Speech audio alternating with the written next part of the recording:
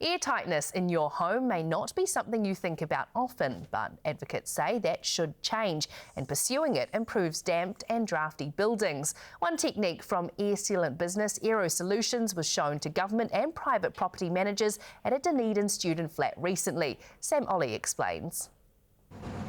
This 145-year-old Castle Street building meets healthy home standards, but the flatmates living there feel cold and damp.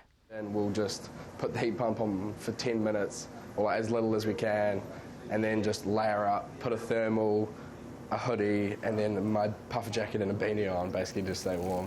There's little gaps everywhere, and you basically just feel the draft within 20 minutes again. Maintenance managers say the cost and disruptions from retrofitting older housing stock can be difficult for landlords. So it can be very invasive, especially if you're doing it the traditional way. You've got to have people up in your ceilings putting insulation in, flashings. That's going to cost you about $200,000. So forget it, most people are just not going to do that. This is 10% of that value, so maybe $10,000 to $20,000.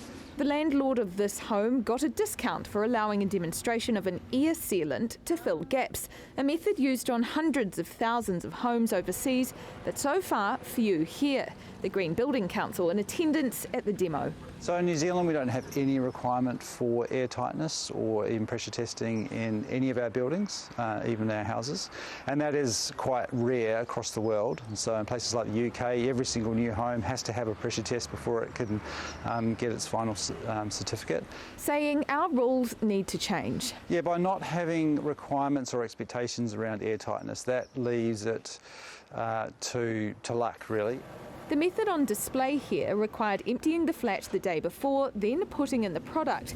Aero says adding air sealant and draft stoppers at this flat brought the level of warm air escaping, known as air changes per hour, down from 16 to under 2. Well, because we've pumped up the pressure, the inside of the house is at a higher pressure than the outside of the house, and so all the air is blown out. And as it's blown out, it takes the sealant with it. And the sealant gets squeezed through these little gaps and it clumps back together again and it forms a cork. MB told One News air tightness was just one factor contributing to healthy and comfortable housing, alongside ventilation, internal moisture, heating, cooling and overall energy efficiency. The ministry is talking to international experts about ways to improve building performance. Meanwhile, the Green Building Council wants to see options like this welcomed here. So any companies or any solutions that can come in that are already proven overseas will be a big part of improving our housing stock. Especially in Dunedin and along like North Dunedin and the student town, like the level of housing is pretty terrible. Tough going in the middle of winter.